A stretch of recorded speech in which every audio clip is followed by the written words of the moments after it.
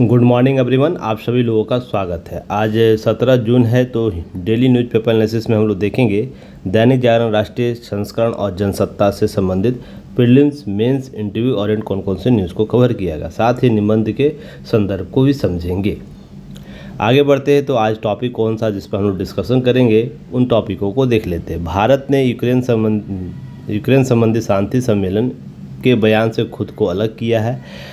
तो यह क्या है यूक्रेन का संबंधी शांति सम्मेलन, इसके 10 सूत्री सम्मेलन मांग क्या है, जिसमें हम शांति सम्मेलन की चर्चा करते हैं। उन सभी मुद्दों को हम देखने का प्रयास करेंगे।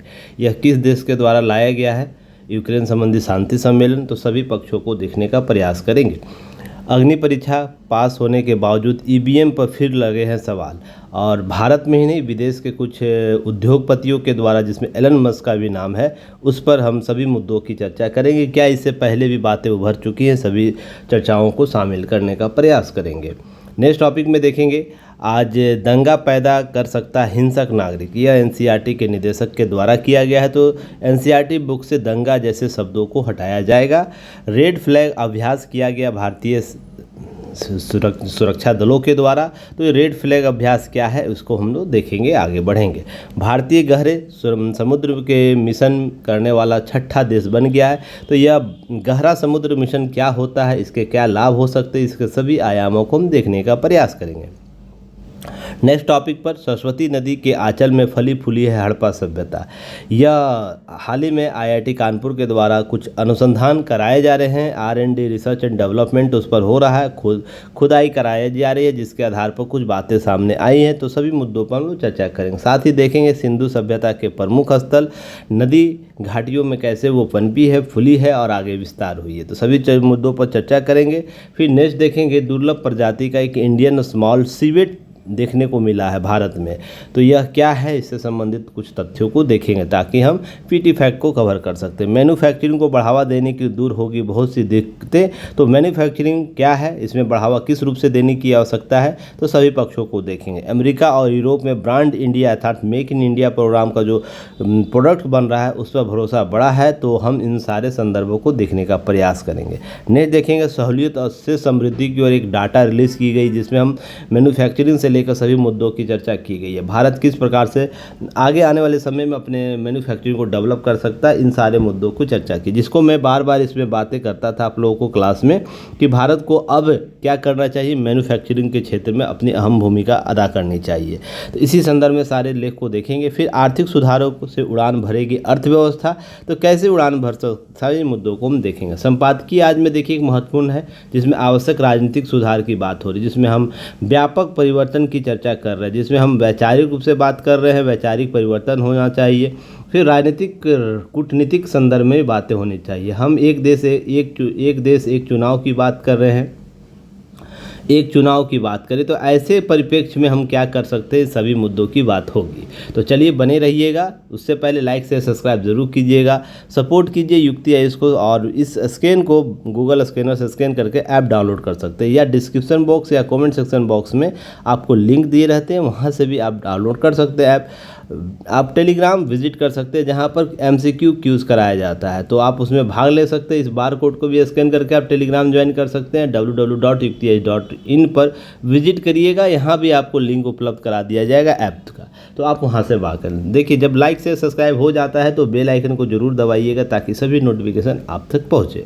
चलिए बिना समय गंवाए बाद मुद्दे पर आते हैं, चर्चा करते हैं। देखिए अब लगातार आज के बाद से न्यूज़ आप लोगों को एनालिसिस दिया जाएगा, बहुत सी चीज़ें सामने उभर कर आई हैं, उन सभी मुद्दों पर हम बात करेंगे, जिसमें हम डेली आपको न्यूज़ एनालिसिस कराएंगे। और साथ ही साथ आप लोगों के लिए मेंटरशिप प्रोग्राम आज से स्टार्ट कर दिया गया। पॉलिटी के कुछ चीज़ें आप लोग को उपलब्ध कराई गई है, तो आप उसे जाके ऐप में देख सकते हैं किस प्रकार के प्रोग्राम है। आपको डेली दे दिया जाएगा प्रोग्राम, उससे संबंधित निर्धारित समय दिया जाएगा आपको, वहाँ पर जाकर आपको टेस्ट देना, MCQ टेस्ट आपको गूगल फॉर्म में मिलेगा, आप इसका लाभ ले सकते हैं। चलिए आगे बात करेंगे।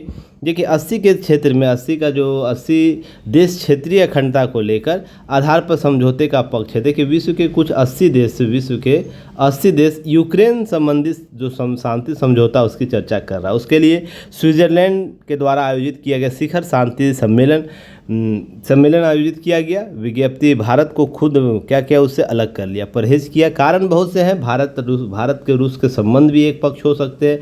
भारत वैश्विक रूप से संतुलन की स्थिति की बात कर रहा है, संतुलन की स्थिति की बात कर रहा है। साथ ही साथ हम बात करें यूक्रेन जब 10 सूत्री समझौता दिया था 2022 में, जब हम बात कर रहे G20 शिखर सम्मेलन से पहले की बात कर रहे थे और G20 शिखर सम्मेलन भी इस मुद्दे की बात हुई थी, तो उसमें कुछ एक तरफी नज़र भी आया था जिसके हम लोग विरोध किए थे या उससे अलग रहे थे। तो ध्यान रखिएगा इसमें, जब यूक्रेन संकट की शांति शिखर सम्मेलन, अब ध्यान रखिए 15 से 16 जून को स्विट्जरलैंड के न्यूसर्न के पास एक रिपोर्ट में आयोजित किया जाएगा। तो आज कितना था, कल आपको, अर्थात आज 17 जून है, तो आपको 15 और 16 को इसको आयोजित किया गया था, जिसमें ये बातें भारत उससे अलग रहा। तो आपसे पीटी फैक्ट प्रश्न पूछ सकता है। देखिए किसके द्वारा आपको आयोजित किया गया, कब किया गया, ये कम से कम आपको पीटी फैक्ट याद रखना है। साथ ही आगे हम बात करेंगे शिखर सम्मेलन समापन दर्जनों देशों के द्वारा यूक्रेन क्षेत्रीय अखंडता के लिए अपना समर्थन दिया गया। 80 देशों में से अधिक लोग आपको समर्थन दिए, जिसमें 12 देश ऐसे थे जिन्होंने समर्थन नहीं दिया या अलग रखा। तो ध्यान रखिएगा, इससे संबंधित क्षेत्रीय अखंडता से संबंधित आपको बातें हो रही है। देखिए सबसे बड़ा क्षेत्रीय अखंडता की बात हो रही। भारत हमेशा क्षेत्रीय अखंडता के संदर्भ में क्या बात बोलता है कि क्षेत्रीय अखंडता के संदर्भ में यही बात बोलता है कि हमें अपनी सीमा के साथ साथ दूसरे पड़ोसी देशों की सीमा के साथ हमें क्षेत्रीय अखंडता बनाए रखनी चाहिए, या संप्रभुता जैसे शब्द का वो प्रयोग करता है, जिसमें हमें अपनी सीमा की तो संप्रभुता की रक्षा करना ही करना है, दूसरे की सीमा का क्या करना है, आदर करना है, उसका अनादर नहीं करना, उसकी सीमा का आदर करते हुए हमें कूटनीतिक तौर पर अपनी द्विपक्षीय व्यापार को आगे बढ़ाने की आवश्यकता होगी। ऐसी बात भारत हमेशा करता है। इसके लिए गुटनिरपेक्ष आंदोलन की वो बात करता है, गुटनिरपेक्ष नाम संगठन की बात करता है, सार्क की बात करता है, सार्क जैसे कॉन्सेप्ट। उससे पहले गुजराल सिद्धांत की बात होती है, उसके बाद वाजपेयी सिद्धांत की बात होती है। यह सब चीज़ें लगातार भारत के द्वारा दी जाती है, जिसमें क्षेत्रीय अखंडता महत्वपूर्ण होता है। क्षेत्रीय अखंडता, भारत अपने शुरुआती दौर से ही क्षेत्रीय अखंडता पर महत्ता दिया हुआ, ऐसा नहीं कि यह पनपाया हुआ, परिस्थितियों के आधार पर जन्मा हुआ क्षेत्रीय अखंडता का मुद्दा। भारत आज़ादी के साथ ही क्षेत्रीय मुद्दे को लेकर, उससे पूर्व आज़ादी के पूर्व जब स्वतंत्रता संग्राम हो रहे थे, युद्ध हो रहे थे, उस दौरान भी ये सब चीज़ें उभर कर सामने आई थी। तो इन पक्षों को आपको देखने की आवश्यकता होगी। अब बात कर रही है भारत क्या बोलता है इसके आधार। भारत यूक्रेन से जो शांति फार्मूले पर आधारित पूर्णतः जो दिया गया था, उसके आधार पर भागीदारी, संवाद और कूटनीतिक माध्यम से ही संघर्ष के अस्थायी और शांतिपूर्ण समाधान सुगम हो सकते हैं। भारत इन सभी चीज़ों को लेकर बार बार बातें करता है। क्या होना चाहिए, भागीदारी होनी चाहिए सभी पक्षों का। दूसरा, संवाद, आपसी संवाद होना चाहिए। तीसरा क्या करता है, कूटनीतिक तौर पर हम युद्ध से चीज़ें नहीं जीत सकते। युद्ध से केवल समस्याओं का समाधान तत्कालिक रूप से निकाला जा सकता है, पूर्ण समाधान की हम बात करते हैं, समाधान की बात करते हो, तो ध्यान रखिएगा यह कभी युद्ध नहीं दे सकता। यह केवल क्या कर सकता है, जब हम राउंड टेबल में आएंगे, आपसी बैठेंगे, सामने सामने बैठेंगे, इसके लिए बहुत व्यापक या हम रोड मैप तैयार कर लेंगे, जिसके आधार पर हम न्यूनतम साझा कार्यक्रम को प्रकाशित कर सकते हैं, जिसके आधार पर भारत रूस यूक्रेन संदर्भ भी बातें कर रहा है। तो ध्यान रखिएगा, रूस को भी यह आवश्यकता है कि अब समय बहुत चीज़ें बदलाव के दौर से गुजर रही है, विश्व बदलाव के दौर से गुजर रहा है। लगातार हम दबाव नहीं दे सकते, खाद्य मुद्रास्फीति बढ़ रही है। आप अंतर्राष्ट्रीय नेता के तौर पर अपनी भूमिका को स्पष्ट करने की आवश्यकता होगी। यूक्रेन के मुद्दे पर आपको समझने की आवश्यकता है। इधर दूसरी तरफ अमेरिका को भी समझना होगा। नाटो का विस्तार पूर्वी देशों तक, मैंने आप लोगों को पहले ही बताया था, नाटो का विस्तार, यूक्रेन और रूस का युद्ध का एकमात्र कारण है नाटो का पूर्व देशों की ओर विस्तार। कहने का मतलब, यूरोप के देशों के साथ जब नाटो संगठन बनाया गया था, जब द्वितीय विश्व युद्ध समाप्त हुआ था, उस समय प्राथमिक रूप से यही बातें की गई थी कि कोई भी सैनिक संगठन का विस्तार यूरोप के पूर्वी क्षेत्रों में नहीं होगा, अर्थात रसिया के साथ जो पहले यूएसएसआर हुआ करता था, उन क्षेत्रों तक नहीं होगा। यूक्रेन क्या करता है, रूस के साथ सीमा साझा करता है, इसलिए यूक्रेन के मुद्दे पर रूस जो है हमेशा नाटो का विरोध करेगा। बार बार यही वो बात बोल रहा है कि आप नाटो के जो सपने हैं पाले हुए कि हमको समर्थन मिलेगा, आप उससे दूर रहो। और इसके बाद हम शांति समझौता करने को तैयार है। पर अमेरिकी नीति को भी समझना होगा, अमेरिकी नीति को भी समझना। आपके एक कारण केवल विस्तार, एक देश को मिला लेने मात्र से वैश्विक समाधान नहीं निकाला जा सकता और वैश्विक संतुलन नहीं स्थापित किया। इन सब सारी चीज़ों को समझने की आवश्यकता होगी। चलिए आगे हम बात करेंगे। इसके साथ देखिए यूक्रेन का 10 शांति योजना क्या है, इसे ध्यान रखिएगा। जब पहली बार G20 प्रमुख सम्मेलन भारत में हुआ था, उसके बाद ध्यान रखिएगा उससे पहले भी बातें उभर कर चुकी थी। नवंबर 2020 के शिखर सम्मेलन, जब G20 का सम्मेलन हो रहा था, उस समय भी इसने बात की। भारत में 2024 में हुआ, उस समय भी इस मुद्दे पर चर्चा हुई। उसने 10 सूत्री शांति योजना रखा। किसने? यूक्रेन ने। पहला क्या था? विकिरण और परमाणु सुरक्षा की गारंटी वो मांग रहा था कि यूक्रेन में यूरोप से सबसे बड़े परमाणु ऊर्जा जो संयंत्र था जापोरिजा के आसपास सुरक्षा बहाल करने केंद्रित करने के लिए अब रूस उसके कब्जे में है। ध्यान रखिएगा यह मांग पहले किया था। दूसरी मांग था कि खाद्य सुरक्षा को लेकर, तीसरी ऊर्जा सुरक्षा को लेकर, युद्ध बंदियों को लेकर, रूस भेजे गए बच्चों सहित बंदियों को निर्वासित करने संबंधी, यूक्रेन की क्षेत्रीय अखंडता के संबंधित बहाल करने की बात की जा रही थी और संयुक्त राष्ट्र चार्टर के अनुसार रूस को उसकी पुष्टि करना, ऐसी बातें कह रहा था। अब रूसी सैनिकों को वापसी, शत्रुता की समाप्ति, रूस के साथ यूक्रेन के राज्य सीमा में बहाली, ऐसी वो बातें यूक्रेन बोल रहा था अपने 10 सूत्री योजना के तहत। न्याय सहित रूसी युद्ध अपराध के खिलाफ मुकदमों के चलते एक विशेष न्यायाधिकरण की स्थापना की बात कर रहे थे। विशेष न्यायाधिकरण जो इस सभी मामलों को देखेगा और जल उपचार सुविधा के बहाल करने के ध्यान से पर्यावरण सुरक्षा की बात कर रहा था। यूक्रेन के लिए गारंटी सहित यूरो अटलांटिक क्षेत्र के संघर्ष को रोकथाम और सुरक्षा ढांचा करना, यही जो मुद्दा है रूस इसको नहीं मानना चाहता, जिसमें हम यूरो अटलांटिक क्षेत्र कहने का मतलब नाटो जैसी स्थिति को लाना, जो कहीं ना कहीं रूस इससे असंतुष्ट हो रहा था। रूस युद्ध के समाप्ति की पुष्टि, जिसमें शामिल पक्षों के द्वारा हस्ताक्षर एक दस्तावेज होगा। तो इन सारे मुद्दों पर ध्यान रखिएगा। दोनों के अलग अलग राय है, रूस और आपको यूक्रेन का। और ध्यान रखिएगा इसी के बीच आपको पूरा विश्व झूल रहा है। और विश्व के साथ साथ हम जब यूएन की बात करते हैं, यूएन और यूनाइटेड नेशन सिक्योरिटी काउंसिल की, तो यह मुख्य दर्शक के तौर पर काम कर रहा है। अब यह क्यों ऐसा स्थिति है, यह जानने की आवश्यकता होगी। देखिए, हम केवल वर्तमान विश्व का नेतृत्व केवल उन हाथों में दिए हुए हैं ना, केवल उन संकीर्ण मानसिकताओं वाले, जो मैं शब्द यूज करना याद रखिएगा, संकीर्ण मानसिकताओं वाले देशों को, जो केवल अपनी व्यवस्थाओं को क्या बोलता है, सही मानता है। बाकी सभी विश्व की व्यवस्थाओं को वह निराधार, अलोकतांत्रिक या इस प्रकार के शब्दों का प्रयोग, जिसको हम इस तरीके से समझ सकते हैं। जिसे G7 की हम संगठन को देख सकते हैं। भारत अभी विश्व की 5वीं सबसे बड़ी अर्थव्यवस्था पर इसका स्थायी मेंबर नहीं है। आप समझ सकते हैं संकीर्ण आर्थिक रणनीति क्या होती है। G20 से सम्मेलन की जब बात करते हैं, जब भागीदारी की बात करते हैं, तो हम साउथ पोल, नॉर्थ पोल का जब हम बात करते हैं, तो साउथ पोल की भागीदारी निश्चित नहीं की गई थी। तो आप समझ सकते हैं कि संकीर्ण मानसिकता क्या होती है। यूएन सिक्योरिटी काउंसिल में क्या भारत जैसे लोकतांत्रिक विश्व के सबसे बड़े लोकतांत्रिक देश की भागीदारी नहीं है, और साथ ही साथ विश्व की सबसे बड़ी जनसंख्या वाले देश की भागीदारी नहीं है। तो सोच के देखिए, कुछ जो यूरोपियन कंट्री है, या हम बात करें चीन की बात कर ले, उसमें भी इसकी बात हो रही है। तो ध्यान रखिएगा जब हम बात करते हैं इस तरीके के कॉन्सेप्ट, वैश्विक कॉन्सेप्ट को, तो संकीर्ण मानसिकता हटानी होगी। जब तक यह नहीं व्यवस्था हटेगी, हम यूक्रेन और रूस जैसे जो स्थिति बनी हुई, उसका समाधान अस्थायी तौर पर नहीं ला पाएंगे, क्योंकि हमेशा वो संकीर्ण मानसिकताओं की इर्द गिर्द ही होगा। चलिए आगे बढ़ते हैं। कुछ समझे होंगे आप लोग। देखिए, ईवीएम ने इस बार बेहतर प्रदर्शन किया था जहां तक मुझे लग रहा है, ठीक ना।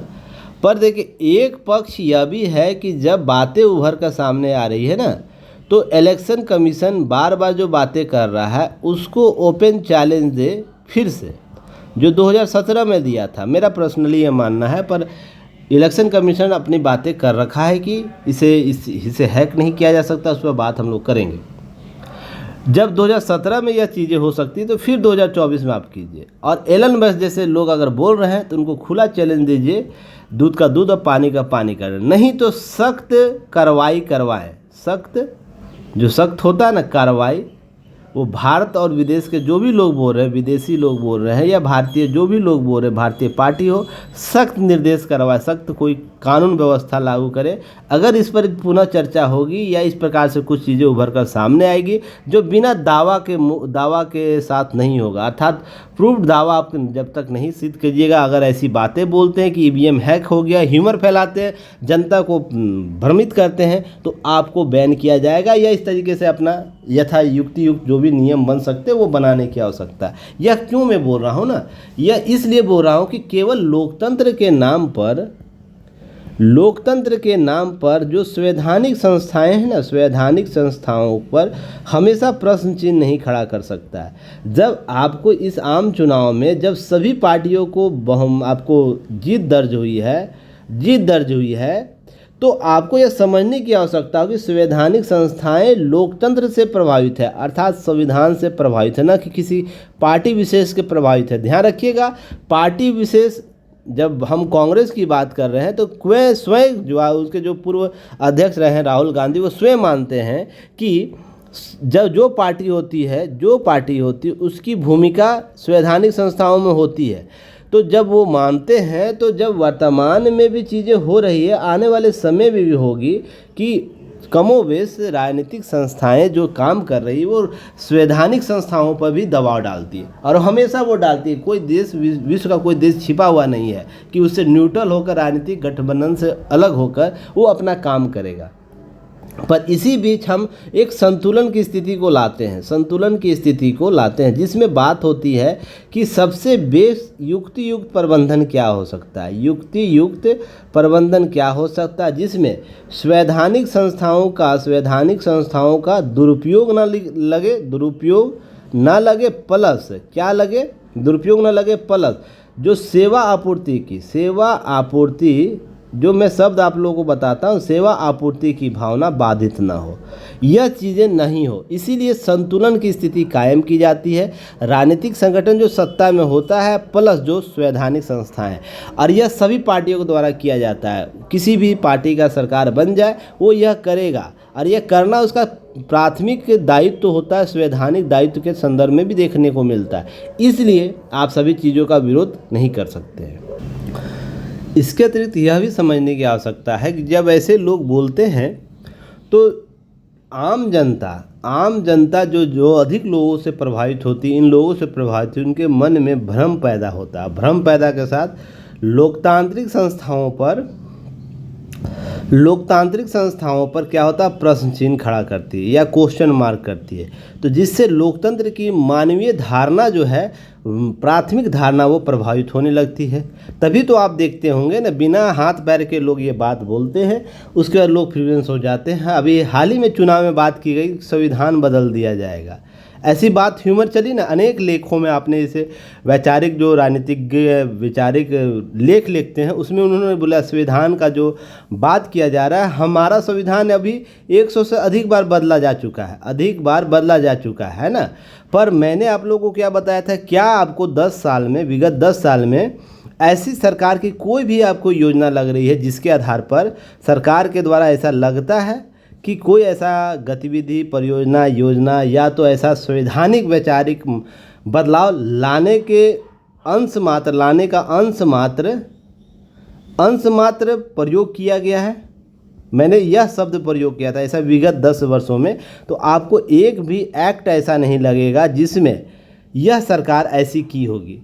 देखिए, बातें समझने की आवश्यकता होगी। आप पढ़े लिखे हैं, एडमिनिस्ट्रेशन है, आप बिना तथ्य के आधार पर बातें नहीं कर सकते, इसलिए तथ्य के साथ आपको बातें करनी हो। क्या ऐसा कोई आपको लगता है एक्ट जिसके माध्यम से पूरा संविधान बदलने की प्रवृत्ति आई होगी, या पूरा संवैधानिक संस्था को, मान लीजिए इलेक्शन कमीशन ऑफ इंडिया की बात कर रहा हो, या हम सुप्रीम कोर्ट की बात कर रहे हैं, हाई कोर्ट की बात कर रहे हैं, या ऐसी बातें कर रहा हो जिसके आधार पर हम बदलाव कर देंगे?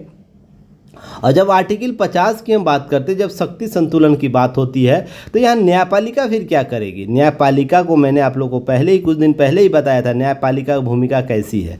तो इन सारे मुद्दों को समझिएगा कि केवल हम ईवीएम पर प्रश्न चिन्ह नहीं खड़ा कर रहे हैं जाने अनजाने में, हम खड़ा कर रहे हैं भारत की संवैधानिक संस्थाओं पर जो रीढ़ है हमारे लोकतंत्र की। तो इसे समझने की आवश्यकता होगी आपको। क्लियर है? चलिए आगे बात करें। इसी के साथ देखिए कुछ चीज़ें, अब ओपीटी का एक वीडियो चल रहा है जिसमें ईवीएम खोलने के लिए कोई ओपीटी आ रहा है, जिसके आधार पर लोग भ्रम पैदा हो रहे हैं। निर्वाचित सांसदों के संदर्भ में एक रिश्तेदार विरुद्ध प्राथमिक दर्ज कर ली है, ऐसी बातें आई है। देखिए, तो आयोग ने शुभ ऐसी बातें बोली, ऐसा कुछ नहीं है। अब इसके लिए आपको समझने की आवश्यकता होगी कि देखिए क्या होता है कि हम बार बार एक ही झूठ को हम 1000 बार बोले ना, 1000 बार बोले, 100 बार बोले तो वो सत्य के करीब होता है। यह कॉन्सेप्ट आप लोग जानते हैं। ऐसे ही भ्रम फैलाया जा रहा है। यह जब वन टाइम पासवर्ड नहीं आता है तो स्कैम, अलोभ, अंतर होता है, इस प्रकार की चीज़ें होती हैं, बेतार होता है, नहीं जुड़ा होता है एक दूसरे से, तो OTP का कॉन्सेप्ट कैसे आएगा। अब ध्यान रखने की बात है, इसके लिए आयोग क्या दिया, आयोग ने ओपन चैलेंज कर रखा है। कब से? 10 मई 2017 से कर बीच कोई भी इनके लिए मशीन हैक करके दिखाए, ऐसी बातें की थी उन्होंने। कब? 2017 में। तो इलेक्शन कमीशन की जो चुनौती दी गई, पहले हफ्ते में किसी भी राजनीतिक दल के द्वारा, अर्थात 10 मई के पहले हफ्ता होगा, कोई भी विशेषज्ञ, वैज्ञानिक, टेक्नीशियन या 1 हफ्ते या 10 दिन के लिए आकर मशीनों को हैक करके आता, जो EVM मशीन है उसको हैक करके दिखाए। अब ध्यान रखिए, यह चुनौती 1 हफ्ते से 10 दिन के लिए रहेगी। इसमें विभिन्न स्तर होंगे, जो बातें चुनाव आयोग कर रखा था 2017 में। चुनाव आयोग इस दौरान EVM में टैपरिंग करने के साथ साथ इन मशीनों को खोल कर भी उनसे छेड़छाड़ करने की चुनौती दी। देखिए कितना ओपन चैलेंज चुनाव आयोग ने दे रखा है। आप ये मशीन को जिस तरीके से हो सकता है हैक कीजिए। आप इसके बाद हार्डवेयर खोलकर भी आप इसका क्या कीजिए, हार्डवेयर खोलकर इसमें कुछ बदलाव करके भी आप हैक करके दिखाइए। तो अब यह चीज़ें जब हो गई तो सिर्फ 2 स्वीकार चुनौती की थी। उसके बाद जब जिस दिन प्रूव करना था, ये भी 2 राजनीतिक दल वहाँ पर नहीं पहुँचे थे। आयोग की चुनौती देने के बाद अंतिम समय में कोई राजनीतिक दल इसे स्वीकार करने से, जिसमें कांग्रेस की बात हो रही है, जिनसे अन्य देशों की, अन्य पार्टियों की बात हो रही है, जिसने कोई नहीं चुनौती स्वीकार किया। केवल 2 पार्टी, जिसमें राष्ट्रवादी कांग्रेस पार्टी NCP और मार्क्सवादी कम्युनिस्ट पार्टी CPM के द्वारा, प्रतिनिधियों द्वारा इसे दफ्तर में पहुंचकर मशीन को हैक करने में अपनी अक्षमता जाहिर कर दी बाद में। अब ध्यान रखिएगा, यही स्वाभिमान स्वीकृति आयोग ने साबित करना चाहता था, जिसके आधार पर कभी हैक नहीं हो सकता। और यह प्रूव हो जाता है राजनीतिक व्यवहार से, जब आपको दायित्व दिया गया कि आप हैक करके दिखाइए। और कोई पार्टी, हम कांग्रेस से लेकर सभी राजनीतिक पार्टियों की बात करें, जो भाजपा को छोड़ दीजिए क्योंकि वो सत्ता में है, इस पर अगर करेगा तो आरोप ही लगेगा ना, इसको छोड़िए आप। कांग्रेस का विरोध, जो कांग्रेस के साथ जो अभी वर्तमान में इंडी सरकार में है, इंडी गठबंधन में, उनकी कोई भी पार्टी आके जो बार बार हैक का मामला करता है ना, विदेश का कोई भी हैकर आके आपको ओपन चैलेंज, यहाँ पर बात करा वैज्ञानिक, सोचिए वैज्ञानिक की, साइंटिस्ट की बात हो रही है, विशेषज्ञ की बात हो रही है, टेक्नीशियन, जो भी आप इस क्षेत्र में EVM के क्षेत्र में जो भी आप इस प्रकार के डिग्री रखते हैं, वो आके करे। बात वही हो जाती है। जब ऐसी घटना हुई तो सभी राजनीतिक पार्टियों पर चुनाव आयोग को सख्त क्या लेना चाहिए था, नज़ीर पेश करने वाला एक्शन लेना चाहिए था। इसी के लिए लोकतंत्र है ना, लोकतंत्र हमेशा कमज़ोर दिखता है कि जब आप गलतियां करते हो ना, गलतियां करते हो, उसके लिए हमारे पास सक्षम और कठोर दंड का अभाव होता है। केवल कठोर दंड फांसी देना नहीं होता है। कठोर दंड का मतलब इन राजनीतिक पार्टियों को बंद करते कि इस बार आपको इलेक्शन नहीं लड़ने दिया जाएगा। तब इन लोगों को समझ में आता है कि नहीं, हमको अवसर के साथ कैसे काम करना है। हमें EVM में अगर कोई गलती है उसमें सुधार की जा सकती है, उसको नए मॉडिफिकेशन किए जा सकता है। अगर हैक नहीं हो रही तो इस पर हमको प्रश्न चिन्ह खड़ा करने का कोई विसात नहीं बनता है, कोई भी जनाधार नहीं बनता है। और साथ में एलन मस्क अगर इस पर खड़ा किए तो एलन मस्क को भी चाहिए कि बात मत करें, आके काम करें। आपको अगर लगता है EVM में कोई हैकिंग करने की व्यवस्था है तो आप उसे प्रूव कीजिए। नहीं होता है तो आप उसके लिए आर्थिक दंड देने को तैयार रहिए। 10,000, 20,000 करोड़ का आर्थिक दंड लगाइए इन लोगों पर, 10,000, 20,000, 50,000 करोड़ों पर। तब देखिएगा इन लोगों का बोलती ही बंद हो जाएगा, क्योंकि व्यवस्थाओं को मजाक बना कर रखे हुए हैं सारे। अगर हैक हो जाता तो फिर चुनाव आयोग को भी जवाब देने की आवश्यकता होगी इस स्थिति में। फिर आप ऐसा क्यों कहते थे कि नहीं हो सकता, नहीं हो सकता। फिर चुनाव आयोग को सारे पदाधिकारी जो सक्षम होंगे, जो 2017 से लेकर जब से EVM बना है, जब से प्रयोग में आ रहा है, और 2017 में जो खुला चैलेंज किया गया था, या 2024 तक जो भी EVM के प्रयोग के रहे इलेक्शन जो चीफ इलेक्शन कमीशन या अन इलेक्शन कमीशन जो रहे हैं, उन पर कार्रवाई होनी चाहिए, कानूनन कार्रवाई होनी चाहिए। ऐसा नहीं कि केवल एक तरफा होगा, दोनों तरफ से। इसके लिए आपको सुप्रीम कोर्ट के निर्देश में यह काम होना चाहिए। ताकि हम एक संतुलन बनाए रखें, एक न्यायिक प्रक्रिया को बेहतर रख सके। इन सारे को चीज़ों को देखने की आवश्यकता है। चलिए आगे बढ़ते हैं। अब यह पैदा कर सकता है हिंसक नागरिक। देखिए एनसीईआरटी में कुछ ऐसे शब्द हैं जिनको संशोधित करने की बात कर रहा है, ये होना भी चाहिए। देखिए बदलते स्वरूप में ना, बदलते स्वरूप में हमें बदलते स्वरूप में बदलते पहचान में हमें क्या करना चाहिए, पहचान में हमें आधार को चेंज करना होगा। आधार कहने का मतलब जो हम पहले पढ़ते थे उसको और भी व्यापक और समृद्ध बनाने की आवश्यकता है। हमें इन सब शब्दों में क्यों पढ़ना, अपने बच्चों को जो मानसिक रूप से जिनका विकास हो रहा है उनके बच्चों में ये सब शब्द क्यों दे रहे हैं। तो ध्यान रखिएगा, यहाँ पर बात हो रही है दंगा के लिए। पाठ्यक्रम से गुजरात दंगा, बाबरी मस्जिद, जिसमें सुप्रीम कोर्ट ने क्या किया, जस्टिफिकेशन कर रखा है। दंगों के बारे में पढ़ना हिंसक और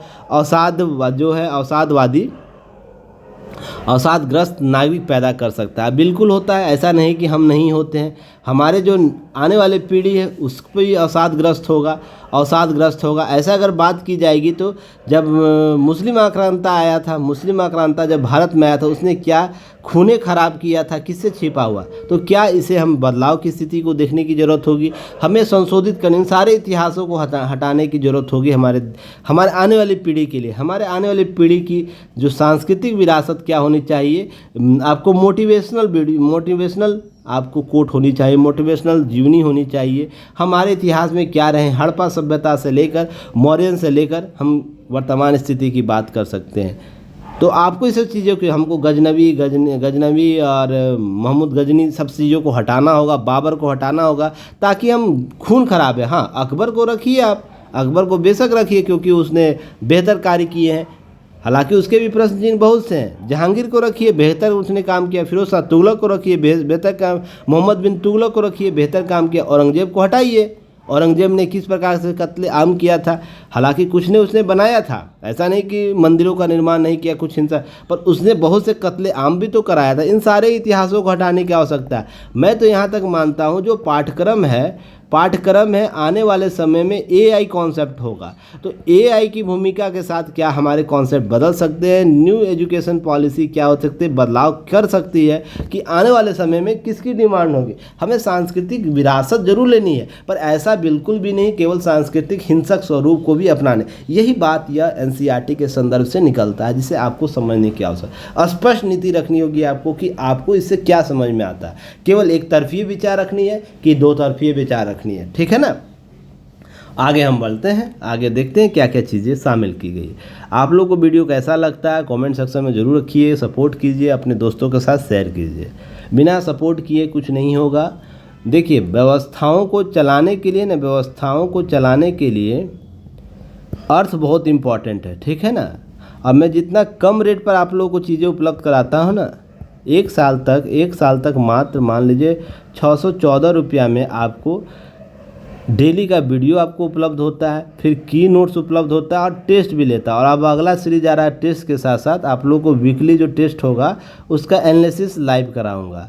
तो यह जो प्रक्रिया लगातार है आपको 365 दिन, हालांकि कुछ दिन छूट जाता है, किसी कारण से अब नहीं छूटेगा। तो यह क्या होता है, बहुत बड़े अर्थ की आवश्यकता को महसूस करा देता है ताकि सिस्टम ठीक चले। तो जब तक सहयोग नहीं मिलेगा आप लोगों से तो क्या होगा, सोच के देखिएगा। लोग 3500-50,000 रुपया देने को तैयार हैं अलग अलग संस्थानों। कोई संस्थान 3500 दे रहा है, 400 बस केवल टेस्ट का लेता है, 10 टेस्ट 15 टेस्ट कराएगा उसका लेता है। आप उसको देने को तैयार है, पर उसके कंटेंट क्या यूपीएससी के एग्ज़ाम में मिल रहे हैं लाइन बाय लाइन। आपको कल यूपीएससी का एग्ज़ाम हुआ था, आप लोग एक्टिव स्टूडेंट की यही पहचान होती कि जो क्वेश्चन आपको करेंट अफेयर्स में टैली किए हैं आपको बताना चाहिए था कि सर ये क्वेश्चन मैंने पहले पढ़ा है जिसको आपने बताया है, उसके स्टैटिक्स पार्ट को मैंने पढ़ा है, आपके कंटेंट में आपको बताना चाहिए था।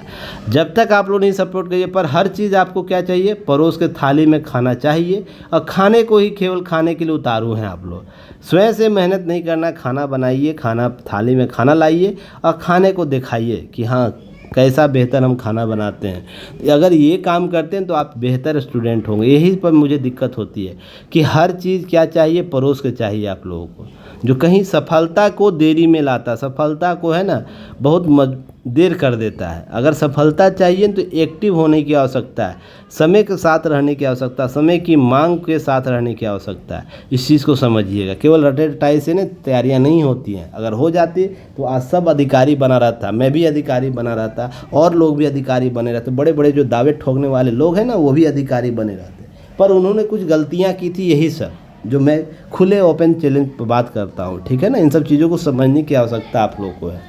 चलिए आगे बात करेंगे। इस टॉपिक से आपको पीटी फैक्ट निकालने की आवश्यकता है, जिसमें रेड फ्लैग अभ्यास किन वायुसेना अभ्यास किन के बीच हुआ, किन देशों के बीच हुआ है। तो ये अलास्का में हुआ, तो यूएसए में हुआ होगा, ज़रूर हुआ होगा। तो इससे आपको क्या करना है, आपको पीटी फैक्ट निकालना। साथ ही साथ इस रेड फ्लैग अभ्यास में देखिए सिंगापुर एयरफोर्स शामिल थी, ब्रिटेन का रॉयल एयर फोर्स शामिल था, रॉयल नीदरलैंड एयरफोर्स शामिल थी, जर्मन थी वो आपको शामिल थी, अमेरिकन वायुसेना शामिल था। इस प्रकार से आप देखते हैं कि बहुत से देशों ने इसमें भागीदारी की थी। तो आपको पीटी फैक्ट में आपसे प्रश्न पूछ सकता है, रेड फ्लैग अभ्यास किन देशों के बीच हुआ, तो उन सारे देशों का नाम आप ले सकते हैं। चलिए आगे हम बात करेंगे पीटी फैक्ट में और भी चीज़ें हैं। देखिए मेंस फैक्ट गलती से लिखा गया, इसको हटा दीजिएगा आप लोग। भारत गहरे समुद्र में मिशन करने वाला छठा देश बन जाएगा। जितेंद्र सिंह, जो केंद्रीय विज्ञान और प्रौद्योगिकी राज्य मंत्री हैं जितेंद्र सिंह, उन्होंने कहा कि भारत गहरे समुद्र में मिशन वाला छठा देश बनने के लिए तैयार है। मंत्रालय 100 दिवसीय कार्य योजना को लेकर बैठक की है, जिसमें बातें ये सामने आई है। देखिए गहरे समुद्र मिशन की प्रगति की बात जो होती है, उसमें मिशन क्या करता है, समुद्र के अंदर खनिज अन्वेषण करता है। ये देखिए यह पृथ्वी का लेवल है, उसके बाद यह सी लेवल मान लीजिए, यह है सी लेवल, यह है सी लेवल की बात हो रही है। हम यहाँ से क्या जा रहे हैं, 6000 किलोमीटर, 6000 क्या दे रहे हैं आपको, 6000 कितना दिया हुआ, 6000 मीटर की बात हो रही है। 1 सेकेंड रुकिएगा, क्या दिया है, हाँ वेरी गुड। तो 6000 जो मीटर की बात होती है, 6 किलोमीटर अंदर की, वही मैं कहीं देख लिया 6000 किलोमीटर कहीं लिख दिया था, मुझे कंफ्यूज हो गया खुद पर। 6000 मीटर की बात हो रही होगी। तो यहाँ पर जो बातें 6000 मीटर तक हम जाते हैं, जहाँ पर खनिज अन्वेषण करते हैं। खनिज क्या करते हैं, अन्वेषण करते हैं। फिर उसके बाद क्या करते हैं, हम जैव विविधता को समझते हैं, जैव विविधता को समझते हैं किस प्रकार का समुद्री जैव विविधता है। साथ ही साथ हम अनुसंधान R&D करते हैं, किस प्रकार से सुरक्षा के क्षेत्र में गहरे समुद्र में हम क्या कर सकते हैं, R&D करते हैं। फिर टाइटेनियम पतवार विकसित करने की बात कर रही है, 6000 मीटर गहराई तक गोता लगाएगा जो यह। अब ध्यान रखिएगा, राष्ट्रीय समुद्री प्रौद्योगिकी संस्थान के द्वारा यह किया जाएगा। तो इस प्रकार से आपको ध्यान रखना, समुद्री विज्ञान को हम विकसित करेंगे, रिसर्च एंड डेवलपमेंट करेंगे, समुद्री जैव विविधता को समझेंगे। साथ ही आने वाले समय में हम क्या करेंगे, आंतरिक समुद्री गहरी समुद्री जो सुरक्षा है, तकनीक है, उसे प्राप्त कर पाएंगे। यह कौन कर पा रहा, छठा देश है। तो पीटी फैक्ट में मुझे बताइए, इससे पहले 5 देश ऐसा कौन कौन है जो इन्होंने लक्ष्य प्राप्त कर रखा है, 6000 मीटर से अधिक गहराई, समुद्री गहराई में जाकर रिसर्च एंड डेवलपमेंट करने वाले। चलिए नेक्स्ट हम बात करेंगे। ये सब पीटी फैक्ट है, आप भी कर सकते हैं। देखिए यही आपको वीडियो इसके बिल्कुल यूट्यूब पर फ्री है। केवल प्रीलिम्स मेंस इंटरव्यू ओरिएंट अगर की पॉइंट प्राप्त करना है, प्लस वीकली टेस्ट में शामिल होना है, तो आप 599 प्लस टैक्स अर्थात 614 रुपये पेड करना, 1 ईयर की वैलिडिटी के साथ। आप इसको परचेज जरूर कीजिएगा, सपोर्ट कीजिए। चलिए आगे बढ़ते हैं। तो सरस्वती नदी के आंचल में फली फूली हड़प्पा सभ्यता, ऐसा कौन कह रहा है, ऐसा वर्तमान में IIT जो कानपुर है और टेक्निशियन यूनिवर्सिटी ऑफ डेनमार्क के विशेषज्ञों, शोध विशेषज्ञों के नदी किनारे सभ्यता विकास के सदियों पुराने अवधारणा को खारिज कर दिया। जो यह बातें उभर कर, इस पर और रिसर्च एंड डेवलपमेंट होगा, तो आने वाले समय में कुछ चीज़ें नहीं पढ़ने होगी आप लोगों को। पर विश्वास अभी ध्यानाएँ आई हैं, जिसको हम लोग जब तक पुख्ता चीज़ें सभी चीज़ें शामिल हो जाती हैं, NCERT में जब तक शामिल नहीं कर दिया जाता, तब तक हम इसे वही मानेंगे जो पहले भी है। कुछ बातें हैं जिसको पढ़ने की आवश्यकता है, जैसे हड़प्पा सभ्यता का विकास नदियों के तट के बजाय सरस्वती नदी के गोद में हुआ, ऐसी बातें कर रहा है। यमुना और सतलज नदी जो श्री गंगा क्षेत्र वर्तमान में राजस्थान को छोड़कर पूर्व और पश्चिम जाने वाली नदियों को जो छोड़ी उपजाऊ मिट्टी है, उनके जल स्रोत सभ्यता का विकास यहाँ हुआ, ऐसी बातें IIT कानपुर और डेनमार्क का जो टेक्निशियन यूनिवर्सिटी ऑफ डेनमार्क, उसके द्वारा यह बातें जी रही, टेक्निकल जो यूनिवर्सिटी है उसके द्वारा यह बात की जा रही है। IIT कानपुर पृथ्वी विज्ञान विभाग के जो प्रोफेसर राजीव सिन्हा के निर्देशन में यह आपको रिसर्च किया गया।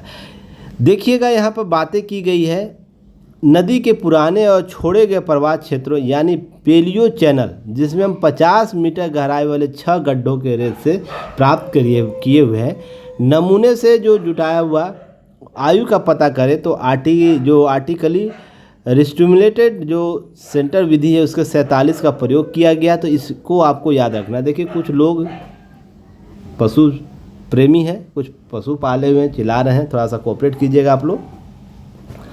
तो ध्यान रखिएगा, इसके लिए इलेक्ट्रॉन अणुओं का प्रयोग किया, मौजूदगी इसके विकिरण स्तर का पता लगाया है। अध्ययन में बताइए यमुना और सतलुज नदी के पहले राजस्थान श्री गंगा, इसकी हरका नदी, घरघर नदी जो क्षेत्र का हिस्सा थी, यह हड़प्पा सभ्यता जो उदय हुआ कि करीब 18,000 वर्ष पहले यमुना और करीब 8,000 वर्ष पहले सतलुज के प्रवाह क्षेत्र को छोड़ दिया गया था। अब यमुना के पूर्व दिशा में जबकि सतलुज के पश्चिमी दिशा में खिसक कर बहना शुरू कर दिया। हिमालय नदी प्रणाली तहत यमुना सतलुज नदियाँ, सरस्वती नदियाँ प्रवाह क्षेत्र का विस्तार हुआ, ऐसी बातें की गई। कुल मिलाकर हम बात करें कि ईसा पूर्व हड़प्पा संस्कृति ईसा पूर्व 2,500 साल पहले यानी 4600 लेकर 3900 वर्ष के बीच उस जमीन या क्षेत्र में है जो नदियों के द्वारा छोड़ी गई थी। यह ज़मीनी खेत या प्राकृतिक वनस्पतियों के लिए उपजाई था। तो इस प्रकार से ध्यान रखिएगा, कुछ चीज़ें बदली जा सकती है आपके आने वाले समय में। अभी रिसर्च एंड डेवलपमेंट होने बाकी है, जब तक पुख्ता सारी चीज़ें नहीं हो जाएगी तब तक बदलाव नहीं होगा। हम राखीगढ़ी, कालीबंगा, बिंजोर और बनावाली जैसे शहरों की नदियों दूर से वीरान हो गए हैं। ये सब बात कार्बन डेटिंग में पता चला है, ये सब चीज़ें उभर कर सामने है। जब हम बात करते हैं नदी घाटी पर कौन कौन से हैं, तो देखिएगा हड़प्पा नदी, आपको रावी नदी, हड़प्पा सभ्यता रावी नदी पर था। मोहनजोदड़ो जो शहर था सिंधु घाटी का, वो आपको कहाँ था, सिंधु नदी पर। सुतकोंडा कहाँ था, दासक नदी पर। चानूदड़ो था आपको सिंधु नदी पर। कालीबंगा घग्गर नदी पर जो वर्तमान में हनुमानगढ़ राजस्थान में। कोटदजी का बात हम करें तो सिंधु नदी पर। रंगपुर मादर नदी।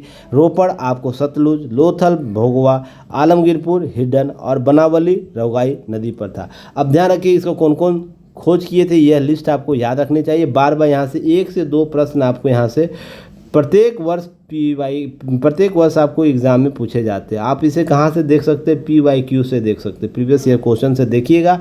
इस लिस्ट से ही आपको 1-2 क्वेश्चन मिल जाएंगे। वो UPSC हो, PCS, किसी भी एग्जाम में आप जाइए बैठिए, आपको यहाँ से ज़रूर प्रश्न होंगे। अगर सिंधु घाटी सभ्यता से प्रश्न पूछ रहा है, अगर एक लिस्ट आप लोग अगर जोड़ लेते, जबकि मैंने पहले बता रखा है, ऐसा नहीं कि पहली बार बता रहा हूँ, यहाँ पर क्या प्राप्त हुए, बस इस लिस्ट में आप यह जोड़ लीजिएगा ना, तो सिंधु घाटी सभ्यता के मैक्सिमम क्वेश्चन आप सॉल्व कर पा लीजिएगा यहीं से, इसी चार्ट से। हड़प्पा स्थल कौन कौन था, सिंधु घाटी सभ्यता का स्थल कौन कौन था, उत्खननकर्ता कौन थे, उत्खनन वर्ष कौन था, नदी कौन था, वर्तमान स्थिति कौन है। बस आपको इस लिस्ट से एक चीज़ यहाँ पर प्राप्त वो जो समान हुए उसकी लिस्ट एक बना लेनी है, एक बॉक्स में बना लीजिएगा आप लोग ऐसे। यहीं से लिस्ट में आप 2-4 लिस्ट जो महत्वपूर्ण है PYQ में पूछ रखा है उसे आप ऐड कर लीजिएगा। इससे पहले मैंने कुछ दिन पहले ही, लगता है मुझे पिछले महीने ही भी आप लोगों को इसके बारे में कुछ जानकारी दी थी, जहाँ से पूरा लिस्ट आप लोगों को दिया था कि हड़प्पा से लेकर ये 12 जो स्थल महत्वपूर्ण स्थल है उसमें कौन कौन से प्राप्त हुए। तो एक बार जाके वीडियो पहले के भी देख सकते हैं। अगर पुराने स्टूडेंट है जिन्होंने देखा है तो कमेंट सेक्शन में उस डेट को मेंशन कर दीजिएगा ताकि अन्य स्टूडेंट को सुविधा हो। चलिए आगे हम बात करेंगे। देखिए इंडियन स्मॉल सिवेट देखा गया दुर्लभ प्रजाति का, मुरैना मध्य प्रदेश में देखा गया किसी के किसान के खेत में। तो यह इंडियन स्मॉल सिवेट होता है विवेरिकुला वंश की प्रजाति का इकलौता जीव है जो दक्षिण पूर्व एशिया और भारत के दक्षिणी हिस्से में बहुत कम संख्या में दिखता है। इसके शरीर पर काले और सफ़ेद भूरे रंग की धारियाँ होती हैं। इसके तेज नुकीले पंजे दांत होते हैं। पंजे और दांतों की पकड़ मजबूत होती है जिससे शिकार करता है। वो दूर से बिल्ली की तरह दिखने वाला यह जीव बिल्ली की तुलना में लंबा होता है, अर्थात यह अगर बिल्ली इतनी लंबी है तो यह इतनी लंबी होगी, लंबा होगा यह, ध्यान रखिएगा। पर उसकी कठोकाठी और ध्यान रखिएगा जो बनावटी है वो कहीं ना कहीं बिल्ली से मिलती है, इसलिए स्मॉल सिवेट इसका नाम दिया गया। इसको ध्यान में रखिएगा इन सब चीज़ों को। किस ग्रुप किस परिवार की आपको यह जरूर, किस वंश की किस कुल की है, विवेरिकुला वंश किया है। तो आपको PT फैक्ट में यहाँ से पूछ सकता है। चलिए मैं जो बार बार आप लोगों को बात करता था, भारत को अगर विश्व में अपनी प्रभुसत्ता स्थापित करनी है, चीन का प्रतिद्वंदी जो स्वरूप है उसको कम करना है, तो मैन्युफैक्चरिंग को बढ़ावा देना होगा। कुछ माह पहले ही मैंने आप लोगों को वीडियो एनालिसिस किया था, तो ये शब्द किया था। मैं जब भी बात करता हूँ भारत के आर्थिक प्रगति का, तो मैन्युफैक्चरिंग की बात मैं बार बार करता हूँ, क्योंकि यही हथियार है जिससे हम चीन के है ना उस भ्रम को तोड़ सकते हैं जो जिस पर वो हमेशा खेलता है कि हम विश्व में सबसे बड़ा उत्पादक राष्ट्र के तौर पर और विश्व की सबसे बड़ी श्रृंखला को पूर्ति करते हैं, जिसके आधार पर हमें पैसा मिलता है, विदेशी मुद्रा मिलता है, उसके बाद हम चीज़ें कर सकते हैं। देखिए, हम मैन्युफैक्चरिंग को बढ़ावा देंगे तो क्या कर सकते हैं, रोज़गार के अवसर बढ़ेंगे। तो ये सारे पॉइंट आपको आज नोट हो जाने चाहिए, ठीक है ना। इसमें कोई बदलाव नहीं होना चाहिए। हम समावेशी विकास प्राप्त कैसे करेंगे, अस्थायी समाधान कैसे निकालेंगे, ये सब चीज़ें आपको मैन्युफैक्चरिंग से होगी। जो मैं बार बार आपको ये सब बातें बोलता था, मैन्युफैक्चरिंग, सर्विस और कृषि 3 ऐसे सेक्टर हैं जो सबसे ज़्यादा रोज़गार अवसर करते हैं। हमें इन तीनों सेक्टर फोकस करने की आवश्यकता होगी। मैं बार बार बोलता था, आपको चीज़ें याद होंगी। अब ध्यान रखिएगा, इसके लिए सर्विस सेक्टर भारत की प्रतिभा लोहा मान रही है, इससे काफ़ी रोजगार पैदा हो रहा है, ये सब बातें की गई। कृषि सेक्टर स्टार्टअप को बढ़ावा देने की आवश्यकता है, नौकरियां पैदा करेगा वो, ये सब बातें की गई है। सरकार वैश्विक स्तर पर पर्यटन को बढ़ावा दे रही है, नए प्रयास की जरूरत है। इन सब चीज़ों को लेकर नया एक्ट भी आने को तैयार है, तो इन सब चीज़ों को ध्यान रखिए। चीन के साथ कारोबारी घाटे से कैसे कम किया जाए था, डेब्ट जो हमारा उसके पास है, व्यापार घाटा जो है उसको कम करने की आवश्यकता है। तो कमेंट सेक्शन में बताइए। मैंने हाल ही में चीन के साथ व्यापार घाटे का आंकड़े आप लोग को दिया था। भारत का कितना व्यापार घाटा है, किन किन देशों के साथ भारत का व्यापार घाटा है, जिससे एफटीए भारत किया है, एफटीए फ्री ट्रेड एग्रीमेंट किया है, कि उन देशों के साथ भारत का किन किन देशों के साथ व्यापार घाटा चलता है। भारत का क्या चलता है, व्यापार घाटा चलता है। मैंने अभी हाल ही में, आप लोगों को याद हो रहा होगा, मुझे तो याद है, पर जो रेगुलर स्टूडेंट होता है उनको याद होना चाहिए। व्यापार घाटा कितने लोग, कितने देशों के साथ है जिसके साथ भारत एफटीए किया हुआ है। कुछ देश ही है जिसके साथ भारत सरप्लस में, बाकी सब के साथ व्यापार घाटे में है। या एफटीए जैसे समतुल्य आर्थिक समझौते किए हैं, जिन्हों मैंने लिस्ट तक आप लोगों को बताया था, उनको याद रखना है, कमेंट सेक्शन में बताना है। चलिए मैं बात करूं इसके बारे में, तो भारत मैन्युफैक्चरिंग से ज़्यादा क्षमतावान बनाना होगा।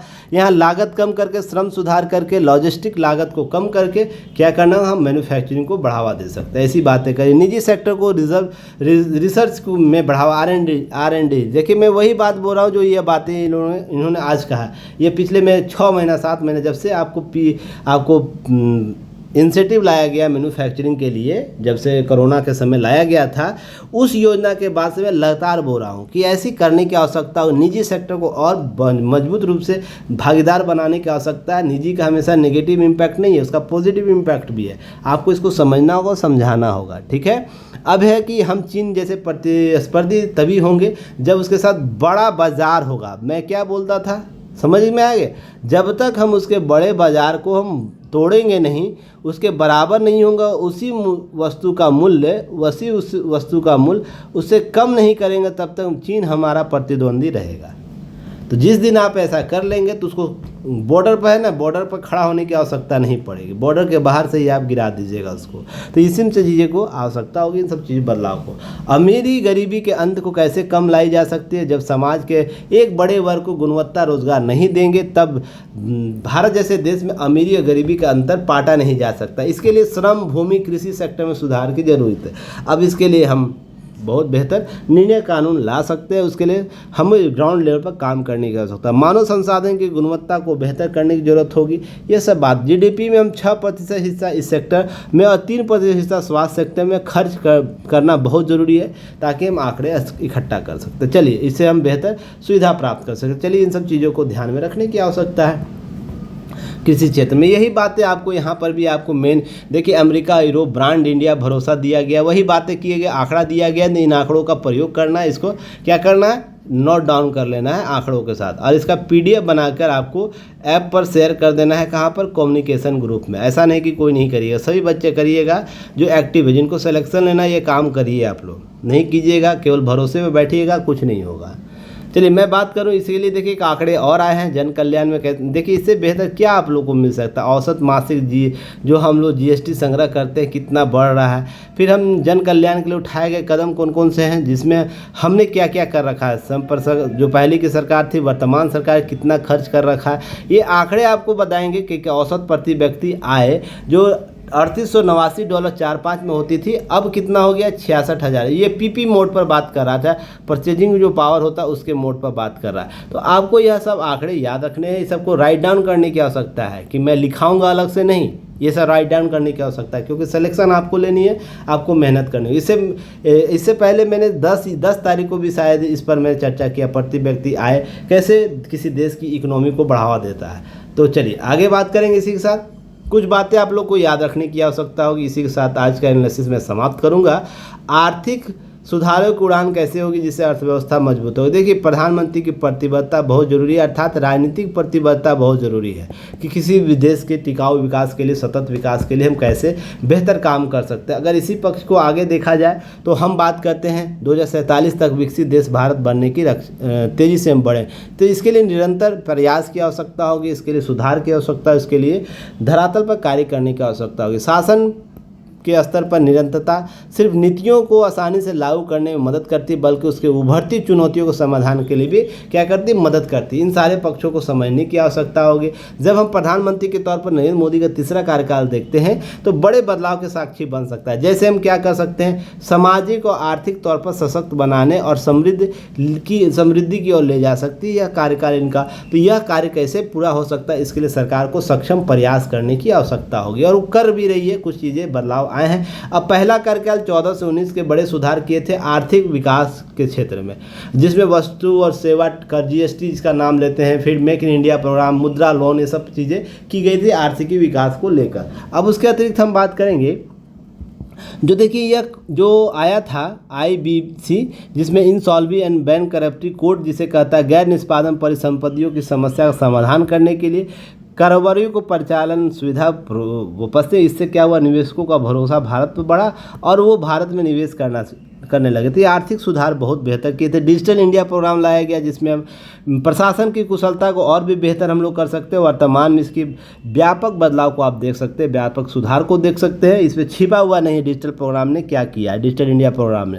अब इसके अतिरिक्त हम बात करें तो इनसे पहले आपको आर्थिक और शासन की संरचना में आधुनिक शोध ग्रोथ जो विकास की नींव पड़ी, वो कैसे भारत देश के बेहतर शासन प्रशासन को सामने लाया। प्रतिस्पर्धी मजबूत आर्थिक जो व्यवस्था है उसको कैसे बेहतर किया। डिजिटल युग में वैश्विक चुनौतियों के बीच हम अवसर का कैसे फायदा उठाएं, इसका लाभ उठाएं, इसे हम बेहतर समझ सकते हैं। इन सब चीज़ों के अतिरिक्त इंफ्रास्ट्रक्चर में तेज़ी से चल रहा है। रोड कनेक्टिविटी की बात करें, रोड हाईवे की बात कर रहे हैं, परिवहन की बात करें, परिवहन के अन्य तंत्रों की बात करें, वाटर नेशनल हाईवे की बात कर रहे हैं, या हम इंटरनेशनल एयरपोर्ट की बात करें, संख्याओं में लगातार बढ़े हैं। तो इस इंफ्रास्ट्रक्चर की बात बढ़ी हुई। हम रोड साथ ही साथ हम बड़े बड़े बिल्डिंग बना रहे हैं, जिससे हम नेटवर्क क्रिएट कर रहे हैं सर्विस सेक्टर में। तो ये सब चीज़ें आपको समझने की आवश्यकता होगी।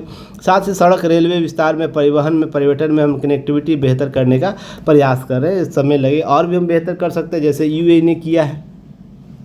देखिए, प्रोडक्ट लिंक्ड इनिशिएटिव जो था PLI योजना स्कीम ने घरेलू मैन्युफैक्चरिंग को मजबूत किया। मैं बार बार इसके लिए बात कर रहा था, मैन्युफैक्चरिंग को और भी मजबूत करने की आवश्यकता है। उस क्षेत्र में R&D रिसर्च एंड डेवलपमेंट के लिए हमको प्राइवेट पार्टियों के साथ आपको समर्थन की आवश्यकता होगी। उसके लिए केवल हम यह नहीं कह सकते किसी विपक्षी दलों के द्वारा कि मैन्युफैक्चर प्राइवेट कंपनियों को बेच दिया। अगर हम अभी नहीं करेंगे ना तो 47 का कॉन्सेप्ट जो है प्लस विश्व में जो हम वैश्विक नेतृत्व प्राप्त करना चाहते हैं वो नहीं हो पाएगा। केवल सरकारी स्तरों पर हम R&D रिसर्च डेवलपमेंट कर रहे हैं, वो केवल स्तर, देखिए एक समाधान हो सकता है, वो एकमात्र समाधान नहीं है। इसी तरह हमें जब हम प्राइवेट कंपनियों को साथ लेते हैं तो एकमात्र समाधान है। पूर्ण संविधान हम नहीं मान सकते, क्या पूर्ण परिवर्तन नहीं मान सकते। इन सब चीज़ों को समझने की आवश्यकता होगी। अब इसके तहत जन कल्याण कार्यक्रम हम बढ़ावा दे रहे हैं। प्रधानमंत्री आवास योजना की बात करें, आयुष्मान भारत की बात करें, इस प्रकार के जन कल्याण कार्यक्रम गरीबों के लिए बेहतर समावेशी विकास और लोग जीवन स्तर को बेहतर बनाने के लिए काम कर रहा है। तो इसे समझने की आवश्यकता। भविष्य के लिहाज से सभी सुधार बेहतर है, जिसमें हम एक वैश्विक अर्थव्यवस्था पे महत्वपूर्ण काम कर सकते हैं, मजबूत हो सकते हैं। इसके अतिरिक्त बात करें तो ध्यान रखिएगा, प्रधानमंत्री ने टिकाऊ विकास की बात की, आर्थिक ग्रोथ की बात की, टिकाऊ सतत विकास की बात की है। उसमें रोजगार के अवसरों, किसान की आय, छोटे उपक्रमों के ग्रोथ, सभी के आर्थिक विकास के फायदा पहुंचाने की चुनौतियों का समाधान करने की आवश्यकता है। उनके लिए बेहतर जीवन यापन व्यवस्था करने की आवश्यकता होगी। इसके अतिरिक्त सरकार जो है आर्थिक जो 2 कार्यकाल है आर्थिक सुधारों के एजेंडे के अतिरिक्त भारत विकास के फोकस पर रास्ते को बढ़ाया है, जिसमें 47 का कॉन्सेप्ट आपको याद होगा, आपको यह याद रखना चाहिए। आने वाले समय में इसी प्रकार की नीतियों का होगा जिसमें आर्थिक ग्रोथ महत्वपूर्ण होगी। साथ ही साथ हम बात करेंगे कृषि सुधार की बात होगी, छोटे और मंझोले उपक्रम एमएसएमई की भूमिका की बात होगी। एमएसएमई हमारी अर्थव्यवस्था के लिए क्या करता है, आप लोग रोजगार और ग्रोथ का पैदा करता है, श्रम बाजारों को अधिक लचीला निवेश आकर्षित करने के लिए उत्पादक सुधार श्रम सुधारों को व्यापक बनाने का प्रयास करता है। यह कहीं ना कहीं 21वीं सदी 20वीं सदी के संस्थान नहीं है, ध्यान रखिएगा, लाइन याद रखिएगा। 21वीं सदी के भारत को 20वीं सदी के संस्थानों के द्वारा नहीं चलाया जा सकता है। इसमें आमूलचूल परिवर्तन की आवश्यकता हो, पारदर्शिता की आवश्यकता होगी, कुशलता की आवश्यकता होगी, अर्थात हमको क्या करना होगा, आपको वर्क ओरिएंट आउटपुट की आवश्यकता होगी, जिसमें हम बेहतर आपको कम पैसा दें पर अधिकतम उसका आउटपुट हम कर सकें। जैसे न्यूनतम शासन अधिकतम अभिशासन की बात करते हैं, वो सब कॉन्सेप्ट आपको लागू करने होंगे। इसके अतिरिक्त उच्च उत्पादकता वाले मैन्युफैक्चरिंग सेक्टर को बेहतर करना होगा, तभी हम देश में आर्थिक सुधार ला सकते हैं। चलिए, यही वही बात कर रहा एक देश एक चुनाव को लेकर, तो ये आपको इसका नोट बना के आप लोग को मुझे भेजना है। समय ज़्यादा हो गया, 49-50 मिनट हो गया है और कुछ मुझे गले में प्रॉब्लम चल रही है कुछ माह से, इसलिए मैं बार कुछ दिन से क्लास नहीं ले पा रहा था। कारण कुछ और थे, ध्यान रखिए, गला बहुत दर्द करता है लगातार बोल लेने से, तो सहयोग कीजिएगा, कोई बड़ी चीज़ नहीं। मैंने इस पर पहले भी न्यूज एनालिसिस करा रखा है, इस आर्टिकल को देखिएगा। एक देश एक चुनाव के संदर्भ में सारी बातें कर रहा है, तो आप लोग क्या करना, राइट डाउन कर लेना है, पॉइंट आउट बना के निष्कर्ष जरूर लिखना है। निष्कर्ष लिख कर आपको पीडीएफ क्या करना है, पीडीएफ भेजना है टेलीग्राम चैनल पर, या तो फिर आप भेजिएगा, टेलीग्राम चैनल कर रहा हूँ मैं, ऐप पर भेजना है, कम्युनिकेशन ग्रुप में आप वहाँ भेजिएगा, मैं वहाँ से आप लोग को वॉच कर लूँगा। चलिए फिर कल मिलते हैं, तब तक के लिए धन्यवाद, जय हिंद।